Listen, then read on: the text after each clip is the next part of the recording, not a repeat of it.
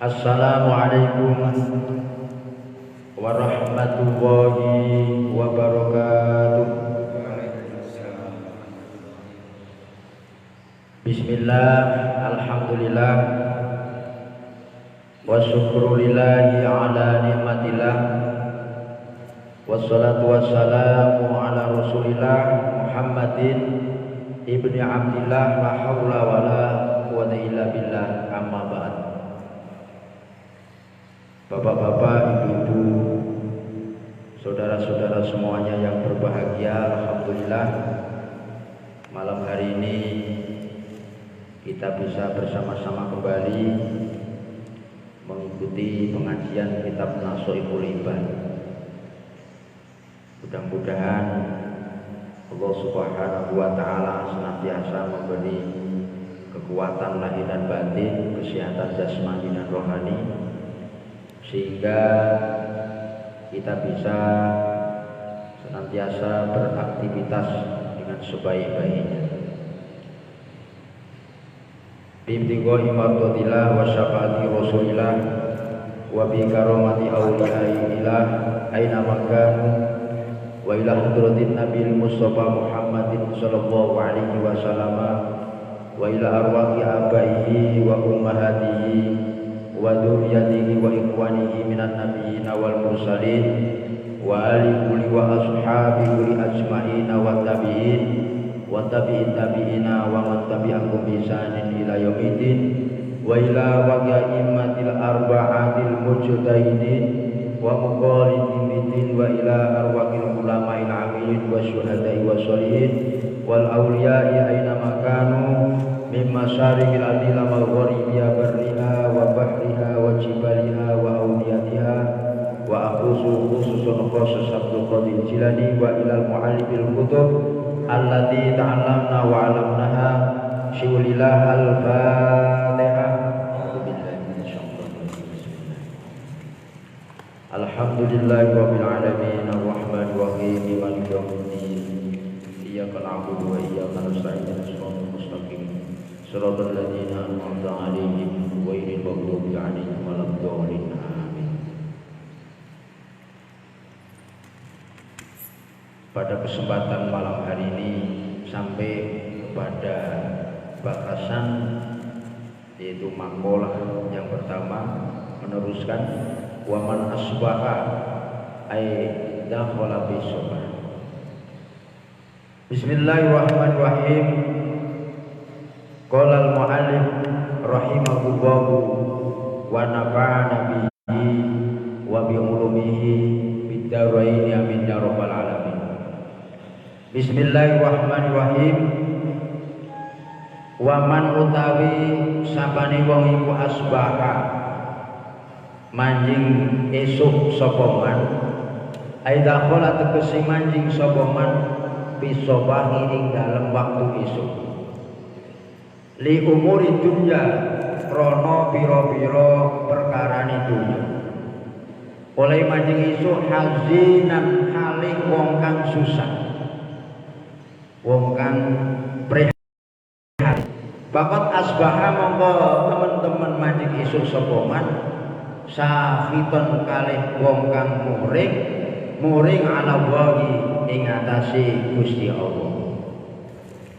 Jadi Ibnu Hajar Al-Asqalani menyampaikan bahwasanya seseorang yang pagi-pagi atau bangun tidur waktu pagi itu sudah prihatin, sudah susah, ngeluh, tapi yang disusahkan itu, yang diprihatini itu masalah-masalah, urusan-urusan, kesulitan-kesulitan masalah dunia. Pagi-pagi sudah ngeluh, sambat-sambat, kalau suaminya ya sambat-sambat sama istrinya ya. Jadi apa itu jualannya nggak laku, atau bangkrut, atau pas apa itu nores karet kehujanan, pokoknya ngeluh. pagi-pagi sudah sambat-sambat, sudah ngeluh prihatin masalah urusan dunia. Kalau menurut Imam Ibnu Hajar Al-Asqalani, ini sama dengan marah-marah kepada Allah Subhanahu wa ta'ala. Bodoh karo muring-muring dengan Allah Subhanahu wa ta'ala. Nah, ini dijelaskan oleh Imam Nawawi Al-Bantani, wal makna utai maknane iku man utawi sapane wong iku hazina susah sapa man ngala umuri dunya ing atase pira-pira urusan dunia. Bapak ghadiba monggo teman-teman godhog sapa man atau marah sapa man ala wahi ing atase Gusti Allah. Jadi kalau pagi-pagi kita sudah susah, sudah prihatin, tapi yang disusahi itu urusan dunia, itu sama dengan kita itu marah-marah, muring-muring terhadap Allah. Loh kok bisa seperti itu? Karena apa? Li'annahu krono setuniman iku lam yardo ora ridho sapa man bi qadaillahi kelawan pestene Allah. Walan yasbir lan ora sabar sapa man ala balai ing atase cobane Allah. Walam yu'min lan ora iman, ora percaya sapa man, ora yakin sapa man bi qadarihi kelawan pestene Allah. Orang yang susah di waktu pagi itu sama dengan orang yang marah-marah terhadap Allah. Logikanya seperti apa? Karena apapun yang kita alami, baik itu yang menyenangkan, yang nyaman bagi kita maupun yang tidak menyenangkan, berarti kalau yang menyenangkan ini identik dengan kenikmatan. Karena nafsu ini kalau ada kenikmatan yaitu senang. Tapi kalau yang menyusahkan nafsu ini susah, tidak mau. Nah, padahal Allah Subhanahu wa ta'ala menurunkan agama ini adalah untuk menyelesaikan masalah. Jadi kalau kita mendapatkan kenikmatan, agar supaya kita selamat dari kenikmatan itu, kita harus bersyukur. Belum tentu kenikmatan itu bisa menyelamatkan kita. Kalau kita tidak mau bersyukur, malah kita menggunakan kenikmatan itu seenaknya saja, ini akan menjadi siksa, azab dari Allah Subhanahu wa ta'ala. Lah ketika dalam keadaan susah, dalam keadaan tidak enak, tidak nyaman, solusinya agama menawarkan agar supaya kita ridho terhadap Allah Subhanahu wa ta'ala. Tapi keadaan kita baru saja rugi umpamanya, ya kan, dagangannya ini bangkrut, ya kan, tidak ada pembelinya, ya kan. Nah, atau umpama bikin tahu rusak, umpama kan, ini Pak Sukron ini, umpama nggak jadi, umpama ya kan, rusak. Keadaan seperti itu. Tapi menjadikan kita itu ngeluh, sambat-sambat, atau kita susah, ini sama dengan yaitu tidak percaya terhadap pestene Allah, terhadap qada dan qadarnya Allah Subhanahu wa ta'ala. Tidak percaya, tidak meyakini dengan bagian-bagian yang memang itu sudah dibagi-baginya itu. Nah, itu logikanya seperti itu. Karena balianna ulama waqa'a di dunya bahwa bi qada'illahi ta'ala wa qadari. Li'anna ulama krono sak temeni saben-saben perkara waqo akan tumiba apa man. Bi dunya ing dalam dunya iku bahwa mongko utaima iku bi qada'illahi ta'ala kelawan pestene Allah taala wa qadarihi lan qadari Allah Subhanahu wa ta'ala. Jadi apapun yang terjadi pada kita semuanya, baik itu yang enak maupun yang tidak enak, itu semuanya tidak akan terlepas dari qada dan qadarnya Allah Subhanahu wa ta'ala. Dulu itu sudah dicatat, ya kan? Jadi ketika kita masih ada di kandungan itu 4 bulan, itu sudah dicatat 4 perkara. Jadi apa itu masalah matinya, ajalnya dicatat ya. Nanti menjadi orang yang beruntung atau tidak beruntung itu dicatat semuanya, sudah dicatat. Jadi kita ini tinggal istilahnya apa? Tinggal menjalankan. Tinggal menjalankan.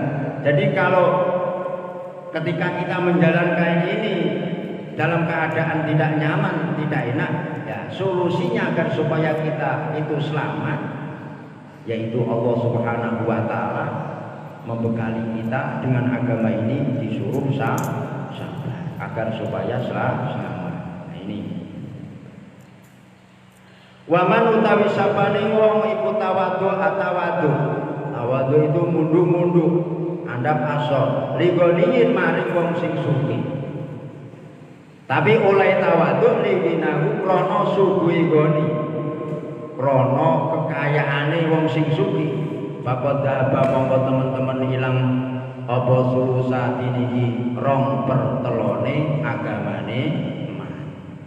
Jadi apabila kita itu munduk-munduk sama orang yang kaya, tapi munduk-munduknya ada asornya, ini dikarenakan sifat kayanya, maka 2/3 agamanya ini hilang. Karena apa? Karena menurut aturan agama itu yang boleh dimuliakan, yang boleh diagungkan itu dikarenakan amal soleh ataupun ilmunya. Jadi bisa terjadi kalau kita itu diperintah oleh Allah agar supaya memuliakan orang yang kaya, berarti kita itu meremehkan orang-orang yang punya ilmu, orang-orang yang soleh. Dan syariatnya seperti itu. Kalau kita sampai memuliakan orang yang kaya karena apa? Karena kekayaannya. Kalau karena dermawannya, karena amal baiknya itu tidak apa-apa. Tapi kalau karena sifat kekayaannya, maka 2/3 agama kita hilang. Aili anna syariata tegese krono satemene syariat aturan agama. Iku ayakuna ya ana apa ta'dimun nasi ngagungake manungsa. Ana iku li ajli sholahi krono arai baguse nas. Wali ajli ilmi lan krono arai ngilmune nas. Dunan nakdini orang ngagungake li ajli mali krono arai badane nas. Fa inna man monggo setuhune wong akrama kang mulyaake sapa man almala ing bondo iku ahana monggo ngina sapa man al ilma ing ilmu wasolah lan kebagusan. Jadi syariat ini mengatur kita itu boleh menghormati orang lain sesama manusia.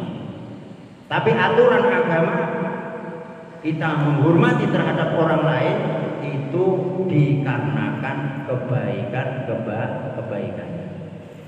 Jadi umpama ada orang kaya rajin sedekah ke masjid, jariah ke masjid, baik sama orang lain, sering tolong menolong, nggak apa-apa, dihormati, takzim, kita tawadhu terhadap mereka, nggak apa-apa. Tapi nggak boleh karena kekayaan. Dan syariat itu membenarkan kita memuliakan seseorang itu satu dikarenakan orang baik itu adalah orang yang ahli amal rajin sholatnya, ya kan?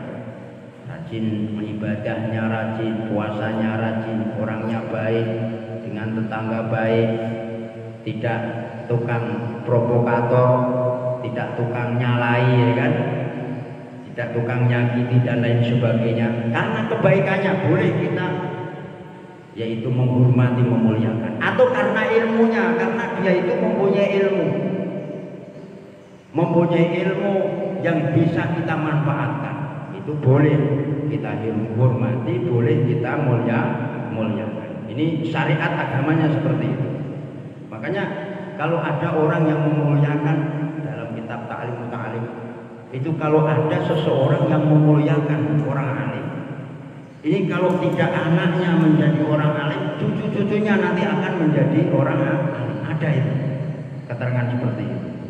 Makanya kita, nah, kalau ada orang yang alim, orang yang paham agama dan mengamalkan agama dengan baik, hendaknya kita menghormati dan mengagungkan terhadap orang tersebut. Kala ngendika sapa Sayyidi Gusti kita Abdul Qadir Jilani, rupane Abdul Qadir Jilani, Kudisa siruhu mugi-mugi dan suciake apa siruhu sirine Abdul Qadir Jilani. Ngendikane la budda wajib likuli mukminin saben-saben wong mukmin bisa iri ahwali ing dalem sekerine pira-pira tingkahe mukmin apa min salah sati asak telu pira-pira perkara. Jadi setiap mukmin itu wajib mengetahui 3 perkara. Yang pertama apa? Amrun, yaitu pertama adalah perintah. Yang tasiluhu kang nglakoni sapa mukmin ing amrun. Wa nahyun lan larangan, cegahan. Yajtanibuhu kang ngedohi sapa mukmin ing nahyun. Wa qadarun lan pesten yardo kang ridho sapa mukmin bihi kal qadar. Jadi menurut Syekh Abdul Qadir Jilani, jadi mau tidak mau orang yang beriman ini akan selalu menghadapi 3 perkara, ya kan? 1 perintah, 2 larangan, yang ketiga adalah ketentuan Allah. Ini mau tidak mau di mana saja hidupnya itu. 3 perkara ini adalah mesti dihadapi. Kalau itu memang perintah harus dikerjakan, kalau larangan harus dijauhi. Kalau memang itu apa yang kita lalui itu merupakan qadar dan qadanya Allah, kita harus ridho. Mau tidak mau harus ridho.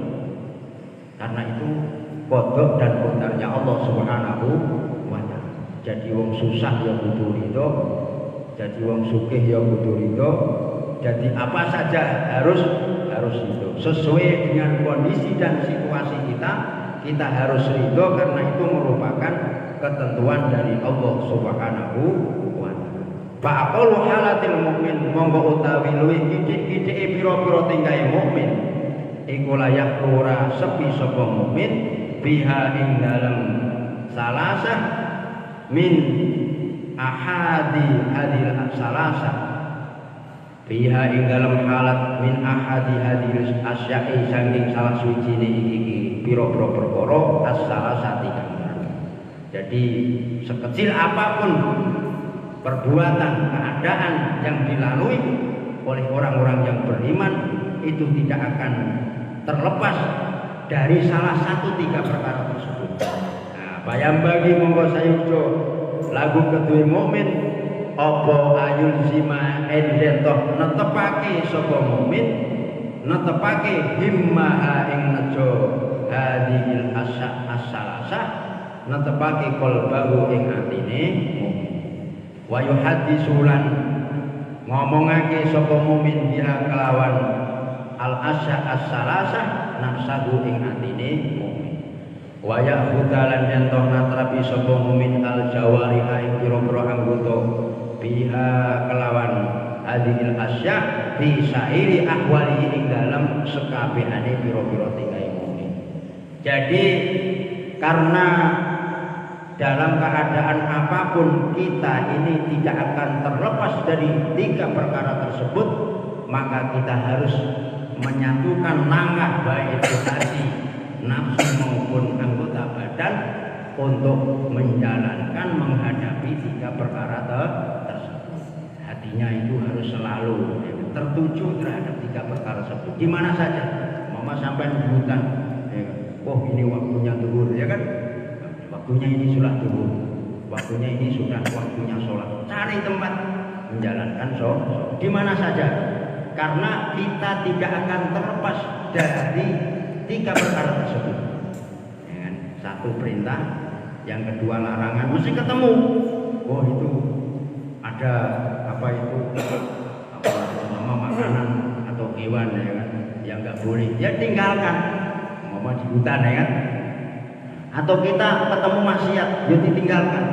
Karena apapun yang kita alami, apapun yang kita jalankan, itu mesti 3 perkara tersebut itu akan menyertai kita. Nah, yang pertama perintah ya, yang kedua apa? Larangan, yang ketiga ketentuan Allah. Kadang sakit, kadang kita sehat, ketentuan Allah. Kadang sakit, kalau sakit kita sabar, karena itu merupakan ketentuan Allah. Kalau sehat berarti nikmat, kita harus bersyukur, digunakan dengan sebaik-baik, yaitu untuk menjalankan perintah-perintah Allah Subhanahu wa ta'ala. Indah wal maqalatu tsaniyatu ta maqalah kang nomor 2. Jadi bab 3 maqalah yang pertama selesai, sekarang sampai kepada maqalah yang kedua. Iku an Abi Bakrin As-Siddiq radhiyallahu anhu. Dawe Abu Bakar, salasun la tudraku bisalasin. Salasun utawi 3 perkara iku la tudraku ora bisa den temu apa salas bisalasin kelawan 3 perkara. Ai salasun kisolin tegese 3 pira-pira tingkah iku la tudraku ora bisa den purih apa salasun kisolin bisalah sati asya'a kelawan 3 pira-pira perkara. Jadi menurut Sayyidina Abu Bakar bahwasanya ada 3 perkara yang tidak bisa diperoleh dengan melakukan 3 perkara. Satu apa? Al-ghina, sifat suci. Jadi kaya ini tidak bisa diperoleh bil muna kelawan den arep. Bidomil mimi kelawan domai mim jam umaniyatin iku dadi jamae lafat maniyatin ai falayak sulu tegese monggo ora hasil apa al-ghina sifat suci. Ora hasil bil amani kelawan angen-angen bal bil kismati minallahi ta'ala balik kelawan mandumane minallahi sanging Allah ta'ala kalimah Allah. Jadi kaya ini sudah bagian. Jadi sifat kaya ini tidak bisa kita peroleh dengan kita berangan-angan, tidak bisa kita peroleh dengan kita kerja keras. Walaupun kita kerja keras, kalau memang bagiannya itu di sananya dicatat itu tidak kaya, ya walaupun banting tulang esok sore ya kan, esok digawe sore digawe esok ya kan, sikil istilahnya digawe nas digawe sikil, nggak bakal sugih. Sebabnya apa? Sugih itu adalah bagian, yaitu memang sudah dicatat di Lauhil Mahfuz. Satu sugih. Jadi kekayaan ini tidak bisa diperoleh dengan cita-cita, tidak diperoleh dengan angan-angan. Yang kedua wasababi lan sifat masa muda. Masa muda ini tidak bisa diperoleh bil khitabi kelawan macari atau macak.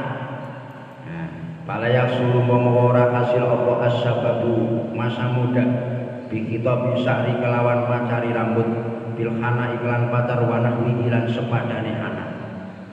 Jadi umurnya sudah 50 tahun. Kira-kira kalau umur 50 tahun itu masa muda enggak? Sudah tua.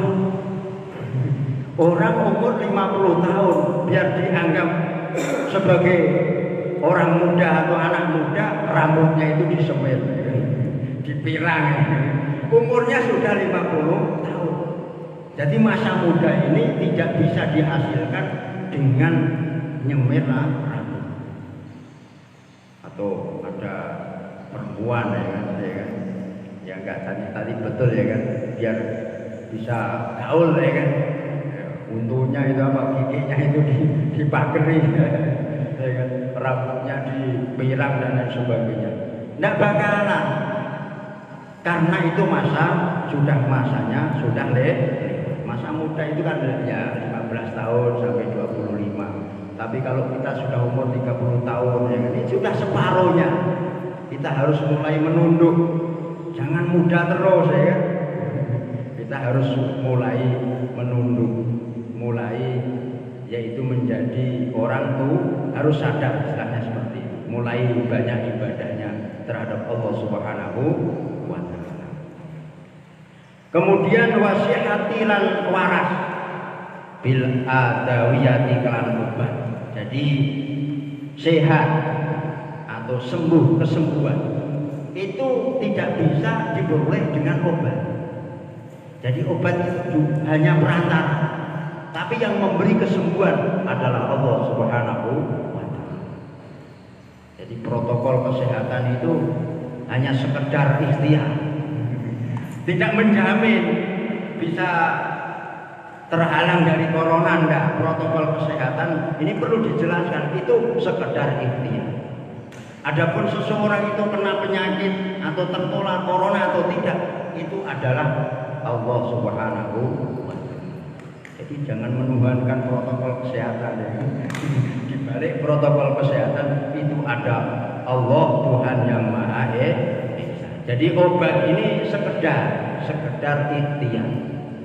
Jadi ketika saya naik haji, itu ada dokter mengatakan seperti itu.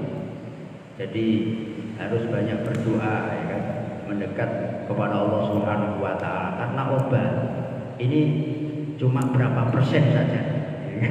Obat itu pengaruhnya berapa persen, 5% saja. Sepenuhnya itu adalah dari Allah Subhanahu wa taala. Ternyata saya pikir-pikir pas dengan apa yang disampaikan oleh Syekh Imam Nawawi. Jadi pala tahsulu monggo ora hasil apa sehatu kesehatan, sehat itu binafsil adawiyati kelawan nafsune atau kahanane atau zate obat, bal bisifahillahi ta'ala, balik kelawan oleh marasake Allah Subhanahu wa taala. Jadi sehat, ada orang sakit ya kan, itu yang bisa menyehatkan bukan obat itu, tapi sepenuhnya yang menyehatkan itu adalah Allah Subhanahu wa taala. Nah, Allah memberikan kesehatan itu sesuai dengan sunatullah, sesuai dengan kebiasaan Allah Subhanahu wa taala, itu harus ikhtiar. Ikhtiarnya apa? Itu pakai obat. Jadi tidak sepenuhnya obat, tapi itu adalah Allah Subhanahu wa taala yang memberi obat. Wal maqalatu salisatu ta maqalah kang nomor 3. Iku an Umar radhiyallahu anhu. Husnul tawaddudi utawi bagusi asi-asian. Husnul tawaddudi utawi bagusi asi-asian, ayil mahabbati tegese mahabbah, seneng ila nasi mane manungsa iku nisful akli, separone akal.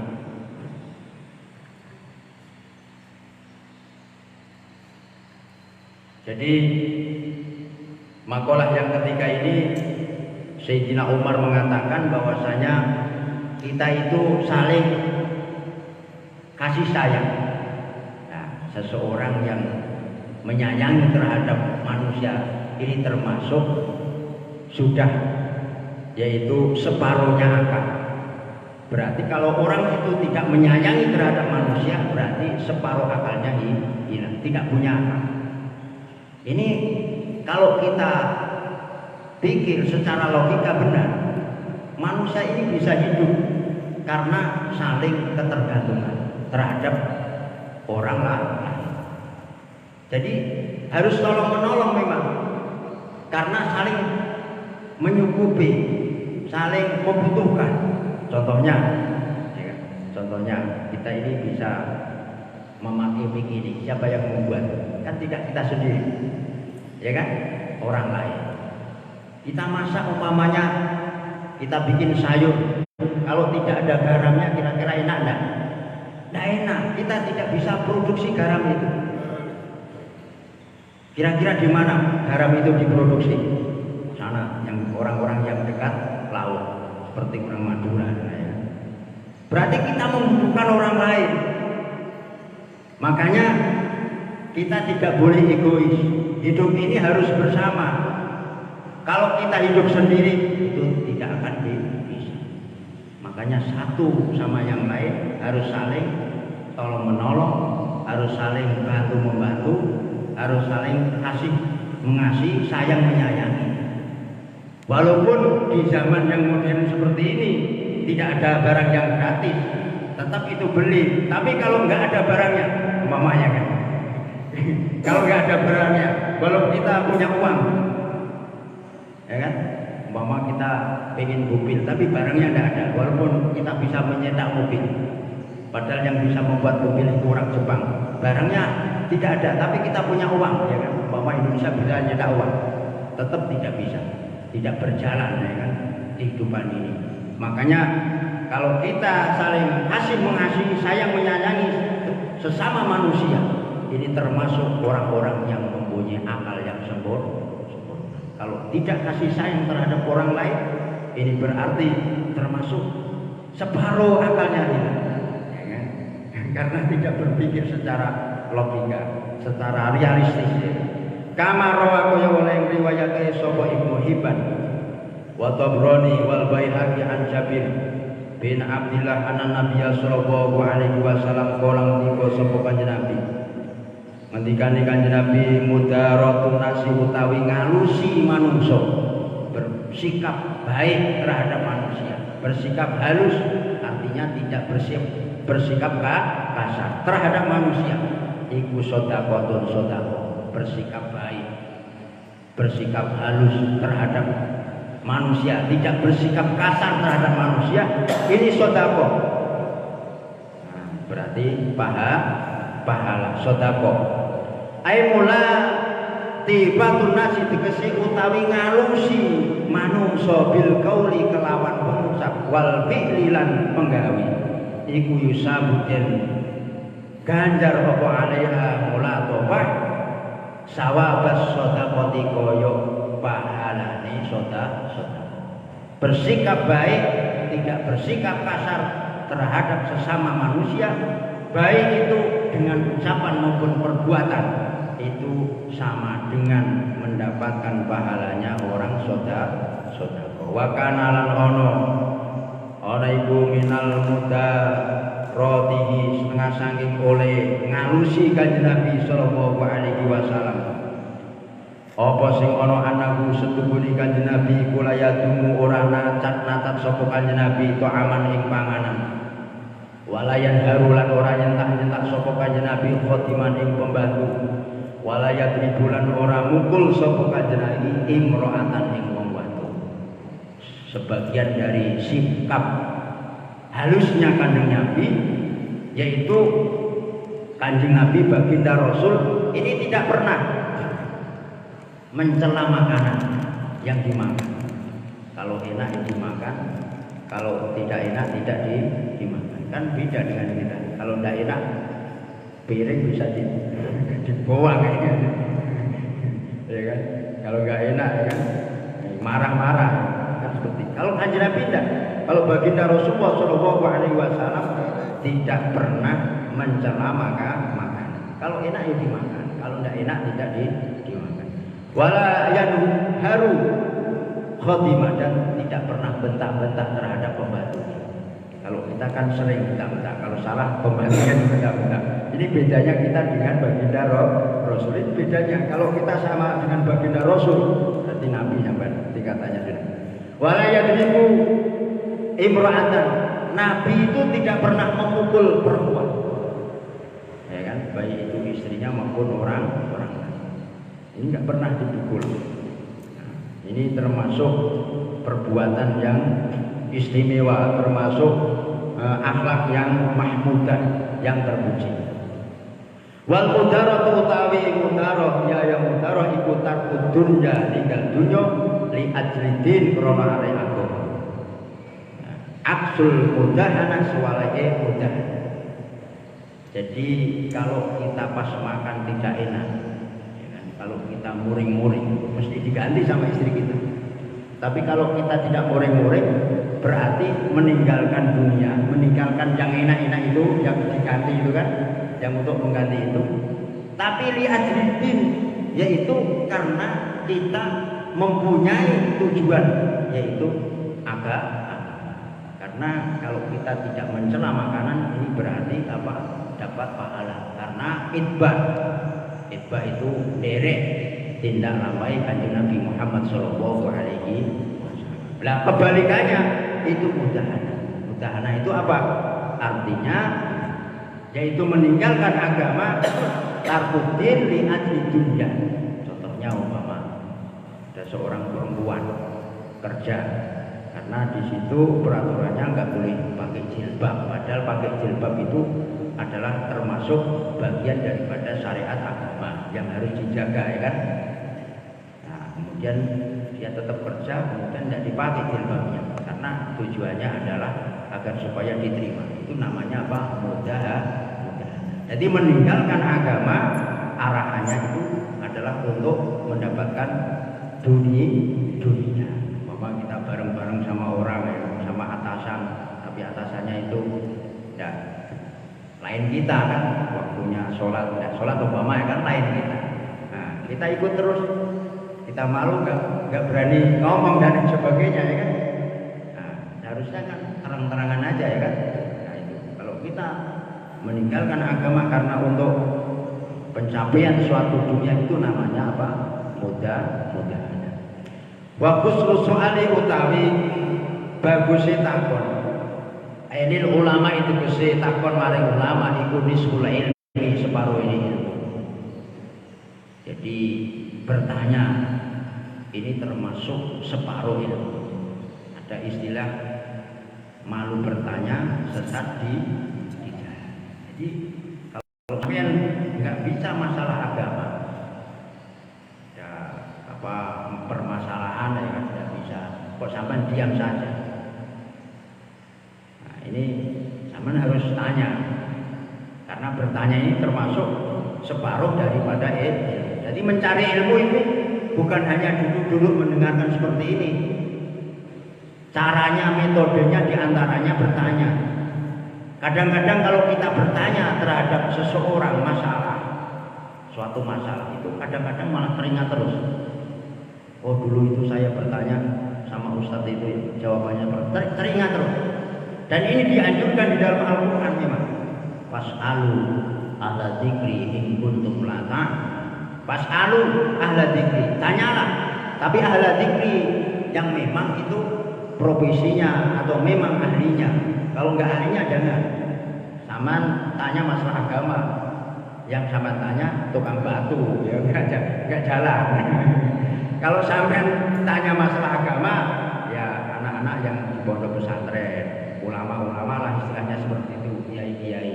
Tanya masalah agama, tapi yang ditanya tukang batu, atau yang ditanya itu yang nggak ahlinya lah, ya, tukang proyek dan lain sebagainya, arsitek, ya nggak jalan. Kalau sampean tanya masalah bangunan ya tanya sama arsitek. Tapi kalau tanya masalah agama, ya fasalu ahla dzikri yang memang menguasai di bidangnya, yaitu orang-orang ahli. Fasalu ahla dzikri in kuntum la ta'lamun, apabila kamu tidak mengetahui.